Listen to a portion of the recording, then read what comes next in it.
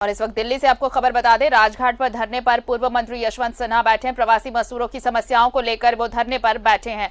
तो दिल्ली में राजघाट पर धरने पर बैठे हैं पूर्व मंत्री यशवंत सिन्हा। प्रवासी मजदूरों की समस्याओं को लेकर ये धरना, जिस तरह से तस्वीरें सामने आ रही हैं लगातार प्रवासी मजदूरों की, उसे लेकर अब पूर्व मंत्री यशवंत सिन्हा धरने पर बैठ गए हैं दिल्ली में राजघाट पर। और हमारे साथ सहयोगी ऋषिकेश जुड़े हुए हैं दिल्ली से। सीधे चलते हैं दिल्ली, उनसे जान लेते हैं। ऋषिकेश, धरना दे रहे हैं यशवंत सिन्हा, मांग है प्रवासी मजदूरों की जो समस्याएं हैं उन पर विचार करे सरकार। जी देखिए, बिल्कुल जब कभी भी उस तरीके का वक्त आता है जी, पूर्व वित्त मंत्री हैं, झारखंड से इनका गहरा नाता रहा है, हजारीबाग से सांसद रहे हैं और ये अक्सर जयप्रकाश की भूमिका में दिखते हैं। जब कभी भी होता है ये हमेशा आईना दिखाते हैं, उसे हालांकि सरकार अपने तरीके से लेती है। हमारे साथ अभी खुद मौजूद है, राजघाट पर धरने पर है और सीधे तौर पर मांग कर रहे हैं कि जो श्रमिकों की स्थिति है, दुर्दशा है, उसमें सेना का इस्तेमाल हो और सकुशल वापसी हो, क्योंकि बहुत सारे औरैया में जो घटना दिखा, झारखंड के मजदूरों का जो एक गाड़ियों में बॉडी के साथ कुछ जो घायल मजदूर थे उनको भेज दिया जा रहा था। हमारे साथ खुद मौजूद हैं। सर, जब भी जरूरत होती है आर्थिक मसले पर या इस तरीके के मसले पर, आप धरने पे होते हैं और अपनी बात को रखते हैं। आज सेना के इस्तेमाल को कह रहे हैं, जबकि सरकार कह रही है कि घर में रहकर ये जंग लड़ा जा सकता है। नहीं, घर में रह के जंग तो जरूर लड़ा जा सकता है, लेकिन आज जो लाखों मजदूर सड़क पर हैं वो कैसे, किस घर में रहें? वो क्या चाहते हैं? वो चाहते हैं हम अपने अपने घर जाएं। उसमें झारखंड के मजदूर हैं, उसमें बिहार के मजदूर हैं, उत्तर प्रदेश के मजदूर हैं और लाखों की संख्या में, करोड़ों की संख्या में है।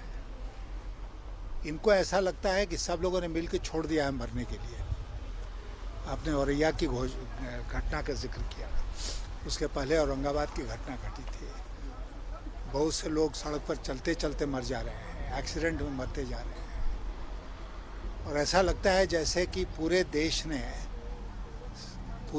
में हमारे और आपके हृदय में संवेदनशीलता समाप्त हो गई है। हमें कोई फर्क नहीं पड़ता, ये लोग मरें जिए, कोई फर्क नहीं पड़ता।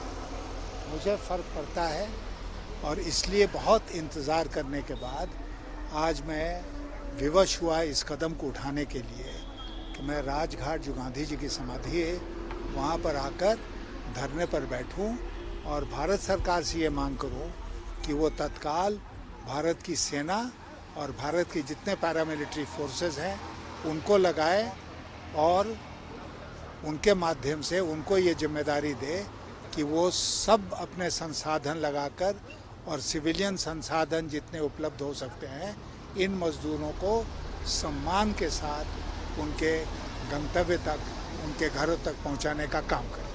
लेकिन सर, जब देखिए लॉकडाउन 4 कहा जा रहा था, हालांकि उम्मीद थी कि ये एग्जिट प्लान 1 होगा, इस तरीके से बाहर निकलने का रास्ता। लेकिन देखिए, सरकार ने कहा कि श्रमिकों के लिए हम इस तरीके के प्रोजेक्ट ला रहे हैं, बहुत सारे उसने घोषणाओं का ऐलान किया। आप कह रहे हैं सेना का इस्तेमाल हो, जब सरकार कह रही कि हम बस नहीं चला सकते, मेट्रो नहीं चला सकते, हवाई जहाज़ नहीं चला सकते, तो फिर इस तरीके की व्यवस्था कैसे करें? हमारे पास अस्पताल उस तरीके मैं कह रहा हूँ कि सेना को उपयोग करने में क्या दिक्कत है? हमने इसी कोरोना संकट में सेना, वायुसेना सबका इस्तेमाल किया था, ऊपर से फूल बरसाया था कि नहीं? जो फ्रंटलाइन वर्कर्स थे, किया था ना। तो हम फिर सेना को उपयोग क्यों नहीं कर सकते हैं मजदूरों को घर पहुँचाने के लिए? इससे बड़ा पुण्य का काम आज कौन सा है? तो लगता है इन मजदूरों की वजह से संक्रमण और बढ़ सकता है, जो तीसरे स्टेज में रहा है। सरकार को अगर ये लगता है तो सरकार को इसके बारे में सोचना चाहिए था आज से 54-55 दिन पहले। 24 मार्च को जब उन्होंने लॉकडाउन घोषणा की तो उसी समय स्पष्ट हो गया कि इस तरह की समस्या उठेगी और आज 55 दिन के बाद सरकार को ऐसा लग रहा है। सरकार को कुछ नहीं लग रहा है। सरकार जो है वो निहायत ही असमर्थ साबित हुई है, बिल्कुल ही इनकॉम्पिटेंट साबित हुई है और मजदूरों को उन्होंने सड़कों पर मरने के लिए छोड़ दिया है। सब लोग पल्ला झाड़ चुके हैं। भारत सरकार कह रही है राज्य सरकार की जिम्मेदारी, राज्य सरकार कह रही है भारत सरकार की जिम्मेदारी। किसकी जिम्मेदारी है? पूरे देश की जिम्मेदारी है। यही हाल से देखिए, झारखंड को औरैया में मर रहे मजदूर, वहाँ के मुख्यमंत्री कह रहे हैं कि हम चाह रहे हैं लाना, रेल मंत्री कह रहे हैं कि झारखंड सरकार चाह नहीं रही है, बीजेपी शासित राज्य के मुख्यमंत्री, देखिए हिमाचल के मुख्यमंत्री ने कहा, उत्तराखंड के मुख्यमंत्री ने कहा, नीतीश सरकार के संदर्भ में यही बातें कही जा रही है कि उनकी मंशा नहीं, राज्य सरकारों की मंशा नहीं लाने के लिए। नहीं, वो एक दूसरे के ऊपर दोषारोपण कर रहे हैं ना, क्यों कर रहे हैं? आज दोषारोपण करने का समय है, और अगर दोषारोपण है तो पहला लॉकडाउन की घोषणा किसने की थी? भारत सरकार ने की थी कि राज्य सरकारों ने? भारत सरकार ने की थी। तो भारत सरकार जो है उसको चिंता करनी चाहिए। फौज को कौन बुलाएगा? भारत सरकार बुलाएगी। तो देखिए कि यशवंत सिन्हा बराबर इस बात के लिए कोशिश कर रहे हैं, कह रहे हैं सेना का इस्तेमाल आप क्यों नहीं कर सकते हैं? अगर आप फूल बरसा सकते हैं तो आप सेना का इस्तेमाल। एक और सवाल था सर, सरकार अपनी वाहवाही पीट रही है और हम लोगों ने निर्मला सीतारमण के प्रेस कॉन्फ्रेंस को कई बार सुना। हम लोग ये नहीं समझ पा रहे थे कि मजदूरों के लिए जो भी योजना है मनरेगा में उसने बढ़ा दिया। मजदूरों के लिए कहा गया कि हम आपके लिए प्लान लाएंगे आत्मनिर्भर अभियान को लेकर के।